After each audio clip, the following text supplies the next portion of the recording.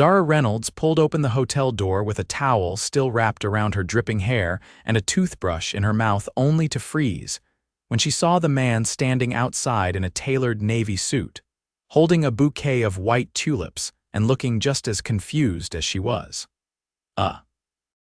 She mumbled, blinking at him with toothpaste foaming at the corner of her lips. The man looked down at the flowers, then back up at her, eyebrows drawing together. "This isn't room 732, is it?" Zara quickly pulled the toothbrush from her mouth. "Nope." "It's 723, he exhaled, half laughing. "Well, that explains a lot." She wiped her mouth with the edge of a hand towel and leaned a little out into the hallway. "You looking for someone, my sister?" "She's in town for her anniversary and I was supposed to surprise her with these." He lifted the bouquet with an awkward shrug. "Guess I surprised the wrong person." Zara laughed, cheeks turning pink. "I'd say so. You scared the life out of me."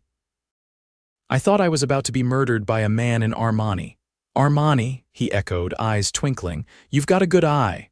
Or you've got a loud jacket," she said, smiling now.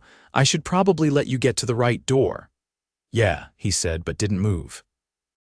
His eyes lingered just a second too long, scanning her face with a curiosity that made her pulse skip. She cleared her throat. "Well, good luck with the flower delivery." "Thanks," he said, stepping back. "And hey, nice meeting you, accidental toothbrush girl." "Nice meeting you too, flower guy." She shut the door, heart oddly racing. She'd been in New York for less than 24 hours. Here to interview for a gallery internship that paid practically nothing but could maybe, finally, open a few doors. Her life was chaos flights she could barely afford, a suitcase with a broken zipper, and a hotel she was splitting with her best friend just to survive the week. And now she was making awkward eye contact in a towel with a stranger who looked like he belonged in a GQ spread. She didn't think anything of it until the next morning when she stepped into the hotel cafe, running late for her meeting, only to nearly trip over a chair. And the man sitting at that chair, flower guy, he looked up from his coffee, surprised. "Toothbrush girl," she groaned. "Oh no. Don't tell me you're stalking me now." "I prefer to think of it as fate," he said easily, pushing the chair across from him with the tip of his shoe. "Grab a coffee. I have a meeting in 20 minutes. Then grab one for the road." "I owe you for the accidental break-in." She hesitated, then dropped into the seat. 10 minutes. He raised a hand like he was swearing an oath. 10 minutes. A server came over and before she could open her mouth, he said, "She'll have an oat milk latte, extra shot." Zara blinked. "How did you? You have oat milk breath," he said, deadpan. She burst out laughing. "Wow, that's the creepiest thing I've ever heard." Which is saying something, considering how we met. When the coffee arrived, he leaned forward. "I'm Yarden Keller, by the way." "Zara Reynolds," he smiled. "Nice to meet you properly, Zara Reynolds." Her cheeks warmed again. "So you live here in this hotel or?" "No, I live in the building across the street, but the hotel cafe has better espresso." She raised a brow. "That building, the one with the doorman in white gloves," he shrugged. "Yeah. What do you do?" she asked, genuinely curious. "I'm in private equity. Real estate development." Zara nodded slowly. She had no idea what that meant, but it sounded expensive. "You?" "I'm a broke art history grad who's praying I land a gallery internship today so I can stop selling sketches in the park." He leaned back, eyes scanning her face. "You're serious?" "Dead serious. I moved here from Baltimore last month. I'm staying in this hotel until I find a place." "You're brave," he said. "New York's brutal." "I know, but I love it already." They talked for another 5 minutes until she glanced at her phone and jumped to her feet. "Crap, I'm late." "Good luck," he said, standing too. "You're gonna kill it." She gave him a grateful smile. "Thanks, flower guy. See you around, toothbrush girl." She ran out the door, heart doing something stupid in her chest. Over the next few days, she saw him everywhere, once in the elevator, once at the cafe again. Once walking through the lobby talking into his phone but stopping the moment he saw her. "You again," he said, grinning. "You again," she echoed. They started having coffee every morning, no matter how early. He never asked for her number, never pushed, but he listened. he joked. He made her feel seen in a city that never slowed down long enough to care. He even showed up outside the gallery after her interview. "How did you know I was here?" "Your friend told me. I bribed her with room service." Zara laughed, shaking her head. "You're ridiculous. I'm invested." "In what?" "In you," she blinked, stunned for a second. "Why?" He looked at her, serious now. "You're smart, funny, really honest, and you have toothpaste on your cheek again." She wiped her face fast, flustered, and he laughed. A week later, she got the internship. She found out because Yarden showed up at her door with a bottle of champagne and a cupcake. "I called them and asked," he said with a shrug when she gaped at him. "I might have donated to their restoration fund." "Minor detail. You didn't." "I did. Are you insane?" "Probably." She threw her arms around him without thinking, and he hugged her back tightly. His hand slid up her back, careful and warm. When she pulled back, his face was close, too close. "I shouldn't kiss you," she whispered. "Why not?" "Because I just got to this city. Because I'm not looking for anything. Because this is crazy." "Is it?" he asked, brushing her hair behind her ear. She looked up into his eyes. "Okay. Maybe just one." He kissed her like he'd been waiting all week, slow and deep, and she melted into him. Zara didn't know where this was going. But for the first time in years, she didn't feel lost. She felt like maybe, just maybe, she was exactly where she was supposed to be. The first time Zara stepped into Yarden's world, it was by accident. She had just finished her second day as the new intern at the Wyland Gallery, her feet aching from standing too long. Her fingers still dusty from unpacking sculptures when she found him leaning against a sleek black car parked outside the gallery's front entrance, holding 2 steaming bags of takeout. "You said you like Thai," he said as she approached. Eyebrows raised like this was the most casual thing in the world. Her eyes darted to the car, then back to him. "You waited here. How did you even know when I'd get off?" "I didn't, I guessed." "I've been circling the block for 20 minutes. You're serious?" "As a heart attack." "Come on, you look like you could use curry and air conditioning." The car's interior was all soft leather and subtle lighting, the scent of jasmine rice already filling the space. The driver didn't say a word as they pulled into traffic, but Zara couldn't stop glancing at the sleek screens embedded in the back console, and the tiny refrigerator stocked with bottled water that probably cost more than her weekly grocery budget. "You own this car?" she asked, trying to sound casual. "I do, one of them," she blinked. "How many cars do you have?" "Less than 10, more than 5. Her mouth fell open slightly, but he just handed her a container of Pad See-Ew like they were on a park bench somewhere. They ate in the back seat as the city blurred past, his driver taking them uptown to a rooftop garden restaurant she'd never heard of. When they arrived, the hostess greeted Yarden by name and led them through a candlelit path lined with ivy-covered trellises. "This is not a casual dinner," she whispered as they walked past a string quartet setting up under a glass canopy. "No," he agreed, "it's not, but you're not a casual person." She paused. "Yarden, this is beautiful. But I don't think I'm supposed to be here." "Why not?" "Because I'm a broke intern who lives out of a suitcase, and you probably own half the buildings I walk past." He stopped walking and turned to face her, the lights from the city skyline casting a glow across his cheekbones.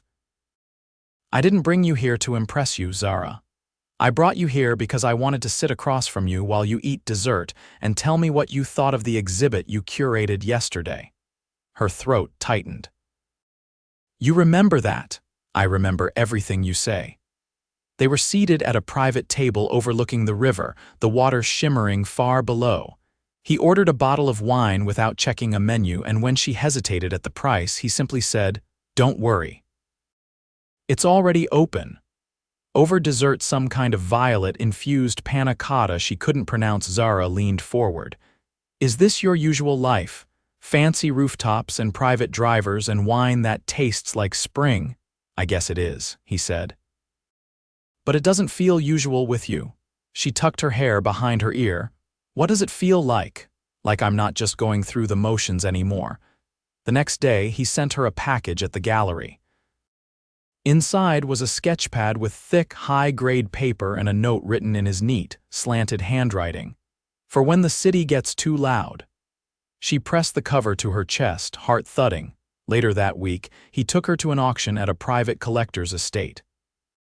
She wore a dress she borrowed from her friend, and he didn't blink when she confessed she'd never been to anything remotely like it. Instead, he whispered commentary in her ear, pointing out which pieces were overvalued and which would disappear into vaults for decades. She watched people bid hundreds of thousands with the flick of a paddle, all while Yarden sat beside her like this world belonged to him, which, she was beginning to realize, it probably did. Afterward, he walked her home through the park, their hands brushing occasionally but never fully clasping. "So," he said eventually, voice low, "what are you thinking?" "I'm thinking this is absolutely insane." "Why?" "Because I don't belong in your world." He stopped walking. "You say that like it's a closed system, like I can't choose who I let in." She turned to face him. "You don't know what it's like to build everything from scratch, to measure every decision by whether it gets you closer to rent." He studied her face. "You're right, I don't. But I know what it's like to be underestimated. To have people assume your life is easy because of what it looks like from the outside." She hesitated. "Has anyone ever told you no?" He smiled faintly. "You just did." They stood in silence for a long beat. Then, carefully, she reached out and took his hand. He exhaled like he'd been holding his breath for hours. Weeks passed. They fell into something that wasn't quite defined. He didn't ask her to be his girlfriend. She didn't ask what they were. But he came to every gallery event she worked, always standing in the back, always watching her with that quiet intensity. He never interrupted, just waited until she was done, then walked her home, always asking questions, always listening. One night she found herself in his penthouse. It was an accident, really. A thunderstorm had rolled in fast, drenching the city in sheets of rain. Her umbrella snapped inside out on Fifth Avenue, and when she called to cancel their dinner, he said, "Come up. You're already soaked."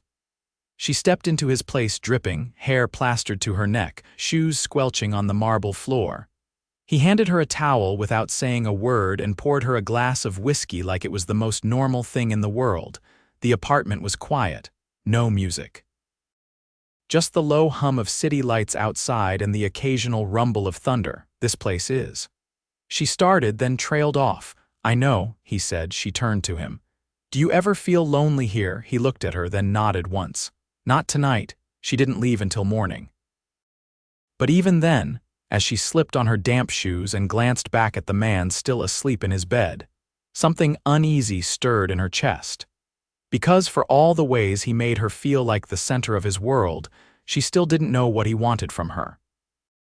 And that question, unasked and unanswered, hung heavy in the air as she quietly let herself out.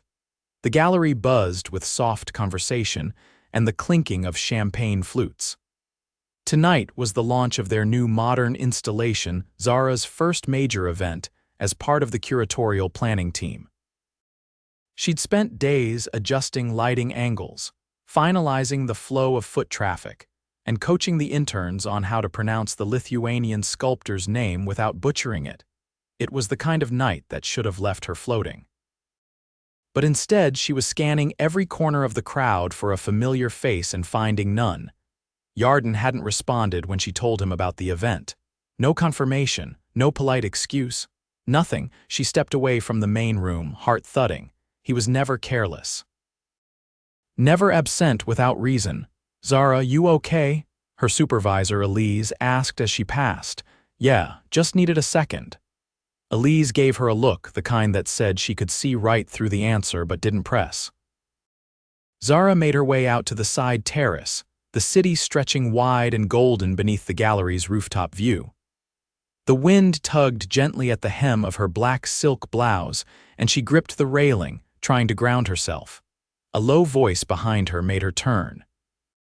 "I almost didn't come." Yarden stood in the doorway, his tie loosened and his jaw tighter than she'd ever seen it. She stared at him. "You didn't respond." "I was dealing with something." "You deal with things in silence now." He stepped forward, the shadows stretching long behind him. "No." I deal with things by trying to protect you from them. She folded her arms. What does that mean? He hesitated, looking out at the skyline. There's a development project I've been fighting to keep out of the papers. A legal battle. A partner trying to sell out a community block I promised to preserve. It got messy. She waited. I didn't want it touching you. I didn't want you dragged into it. You think I can't handle bad press? I think you've worked too hard for anyone to reduce you to a footnote in my mess. Her voice dropped. That's not your decision. His silence stretched. She stepped closer. You don't get to shut down just because something gets complicated. I've been standing in the middle of complicated since I got here. He met her eyes. You're right, she blinked. Wait, what? I'm used to fixing problems myself, controlling the story. But you're not a story I want to control. She chewed her bottom lip, heart softening. Then talk to me next time, don't disappear. I won't, he said. I promise. She glanced at the crowd behind the glass. You want to come see what I worked on? I came for that. And for you. He followed her inside, and as they walked the installation path together, Zara introduced him to the artist, to Elise, to the few patrons who had already started to ask if she was the one behind the new curation style. Yarden said little, but watched her with an expression that made her feel like every hour she'd poured into this event had been worth it. Later that night, as he walked her back to her building, she asked, So what happens with the project? I've got 2 weeks to make a counteroffer. If I can't match the buyout, they'll flatten the place and build more condos. Her brow furrowed. Can't you pull more investors? I could, he said slowly. But I don't trust them to honor the original vision. I built that block for artists, young families. People who keep the city real. She looked at him. Why does that matter to you? My mother was a teacher. We lived in a rent-controlled apartment in Brooklyn until I was 15.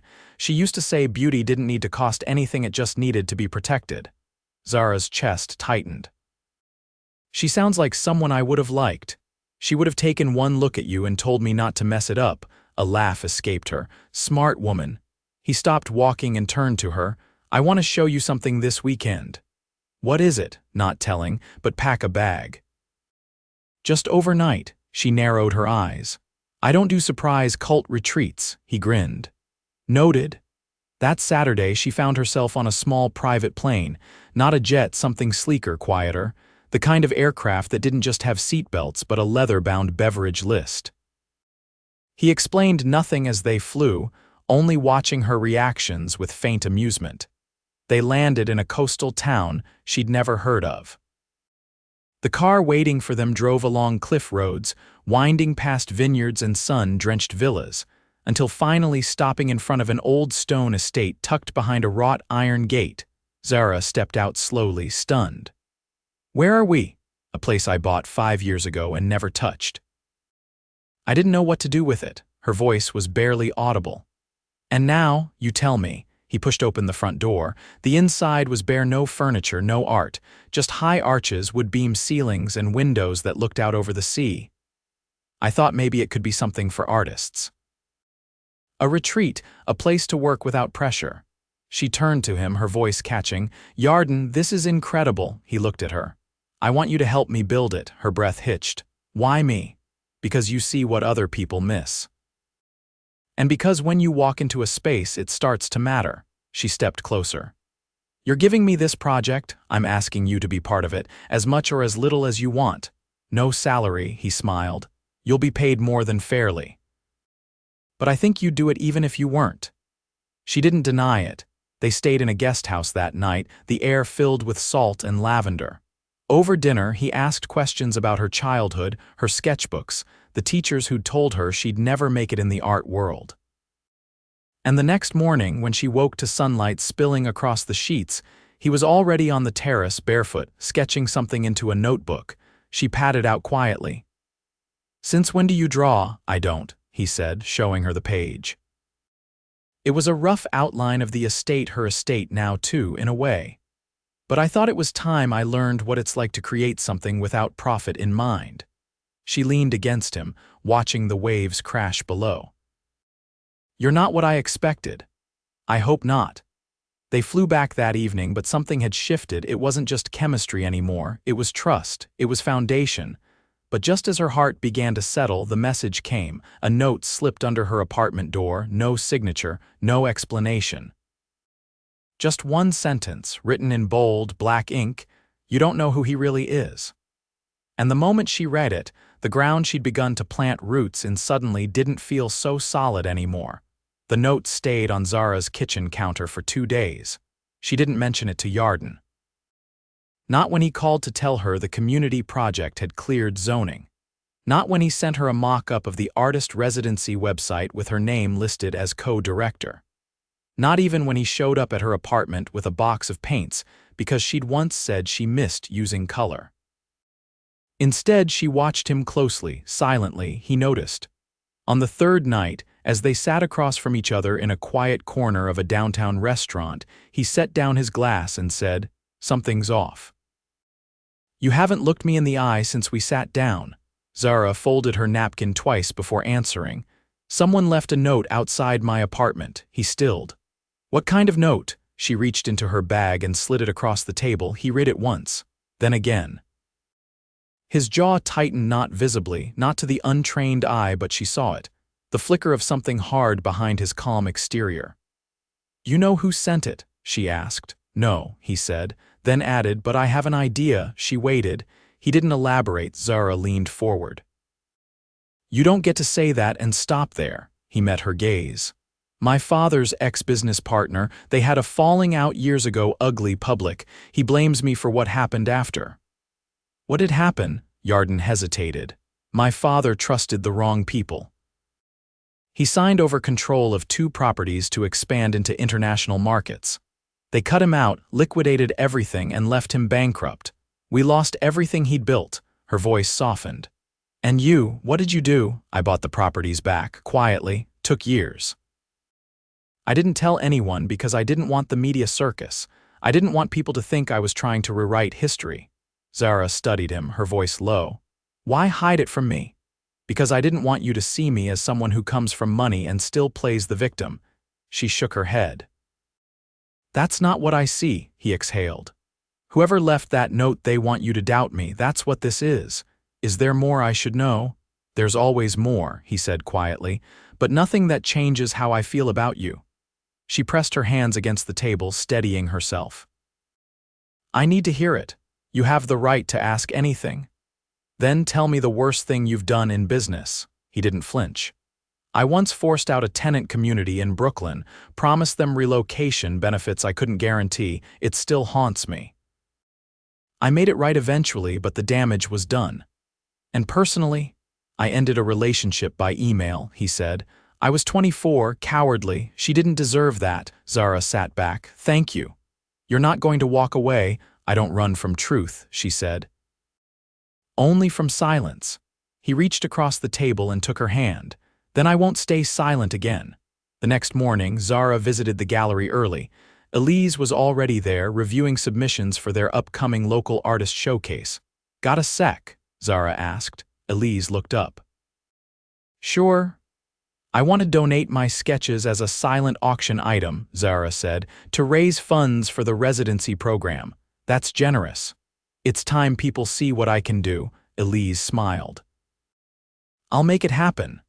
Later that week, Yarden surprised her again, this time, not with a gift, but with a question. "Will you come with me to the foundation gala?" She paused. "The one at the Metropolitan?" He nodded. "It's important, and I want you there, not as a date." "As a partner." Zara's heart kicked. "You sure about that?" "I've never been more sure of anything." The night of the gala, she wore a long black gown loaned by a designer Yarden had introduced her to. The dress was simple, elegant, and made her feel like she belonged in rooms she'd once only seen from the outside.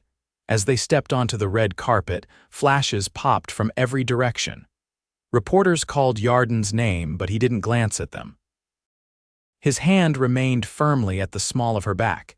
Inside, the ballroom glittered with crystal chandeliers and gold trim. Every table was dressed in white roses and flickering candles. A string quartet played softly near the stage. Zara scanned the crowd. "Are all these people donors?" "Some." Some are here to be seen, some are here to feel important. And you, I'm here for the long game, he said.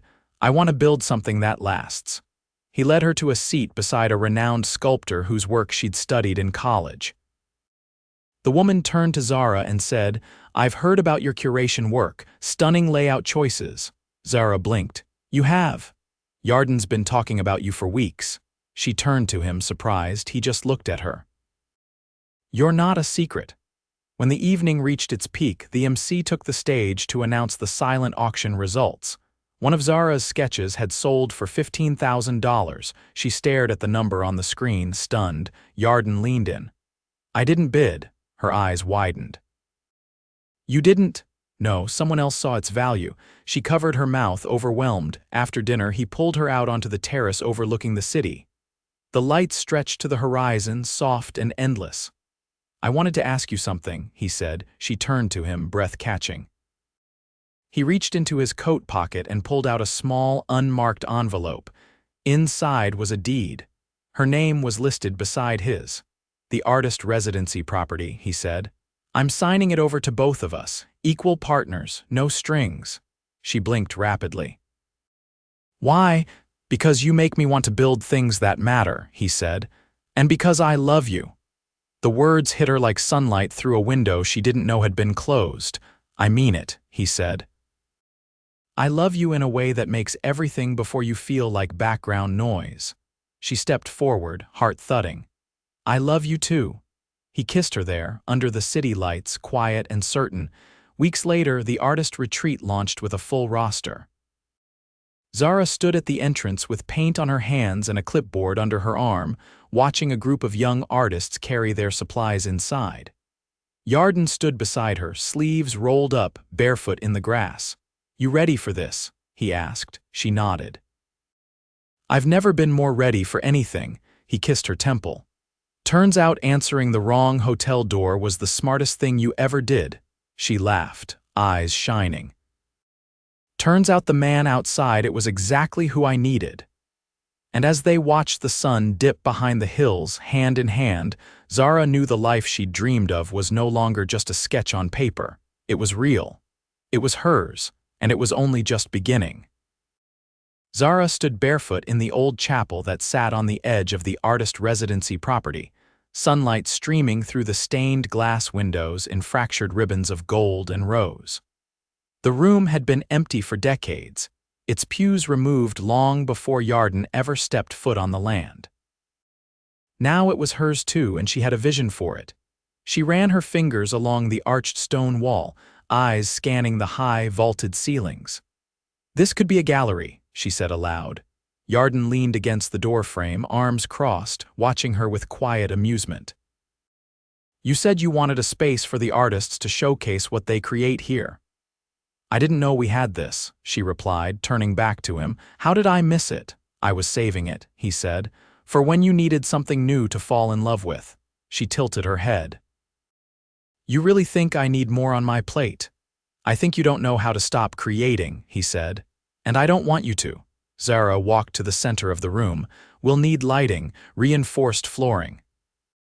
Maybe a retractable wall on one side for bigger installations. Yarden stepped inside now, his shoes echoing on the stone. Tell me what you need, I'll make it happen. She looked over her shoulder. You always say that. That's because I mean it. After the gala and the official launch of the residency, their lives had settled into a rhythm. Artists rotated in and out every month. Zara worked closely with them, guiding exhibits, encouraging experimentation. Yarden oversaw the financials but rarely intervened. He'd built his empire through control. This was the first thing he'd ever let evolve without him steering every detail, and it was working. But tonight, something different was brewing. As the sun dipped behind the hills, Zara returned to the guest house to find an envelope resting on her pillow. Her name written in Yarden's handwriting, the ink slightly smudged. Inside was a single sheet of paper, meet me by the vineyard. Sunset. She changed quickly, throwing on a soft linen dress and brushing the paint from her hands. The air outside was warm, the scent of rosemary and earth rising with every step down the path. When she reached the vineyard, the rows were alight with soft golden bulbs strung between the posts. Tables had been set with candles and wildflowers. A small group was gathered: artists, staff, Elise, who had flown in that morning without reason.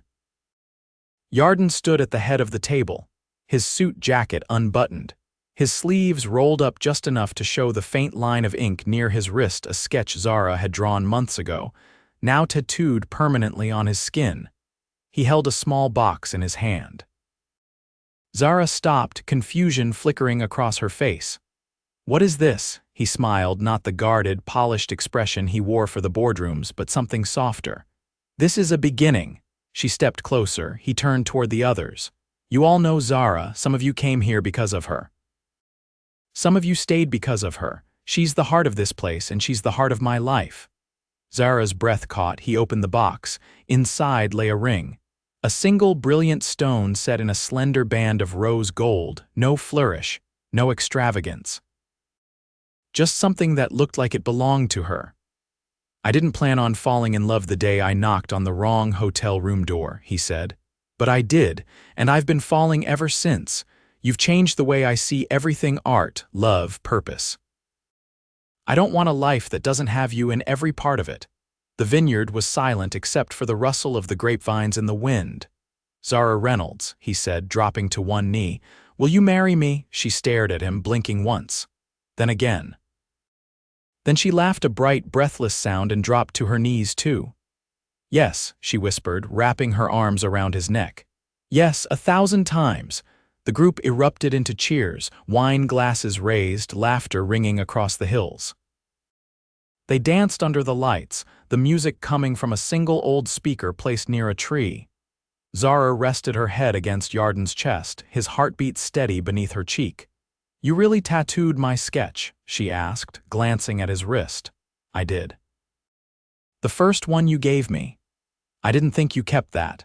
I kept everything." Weeks later, the chapel opened as a gallery. Zara curated its first exhibit, a series from one of the residency's youngest artists, whose sculptures were made entirely from salvaged materials found on the property. The opening night drew collectors, critics, and local families, all walking the same stone floor that had once been silent for years. Zara stood beside Yarden as the artist gave a short speech, her voice trembling with pride. "I used to think I had to leave everything behind to become someone," Zara whispered. "But I was wrong. I just had to find the right person to build it with." Yarden kissed the side of her head. "We're just getting started." They married in the vineyard that fall, no press, no grand announcements. Just friends, family, and the sound of violins drifting across the hills. Zara wore a dress she designed herself, simple silk with hand-stitched embroidery in the shape of ivy leaves. Yarden whispered his vows with his forehead pressed to hers, hands trembling for the first time since she'd known him. They spent their honeymoon in the estate, just the two of them, waking to sunrises over the cliffs and falling asleep to the sound of ocean wind. Years passed. The residency became a cornerstone in the art world, known for its innovation and soul. The chapel gallery expanded into a full program, offering fellowships and mentorships. Zara continued to create, her own work now shown in private collections and international exhibits. Yarden remained by her side, her partner in every sense. Still powerful, still magnetic, but now grounded by something deeper than ambition. One afternoon, as they walked through the vineyard, their daughter toddled ahead of them, chasing butterflies between the rows. Zara watched her, sunlight catching in her curls. "She's going to be wild," she said. "I can already tell." Yarden bent to pick up a fallen grape leaf. "She's going to be unstoppable." Zara looked up at the sky. "We really did it." He wrapped his arm around her shoulders. "No. We're still doing it." And in that moment, surrounded by everything they'd built, love, legacy, and a life neither of them had planned but both had chosen, Zara knew there was nothing left to wish for. They had it all.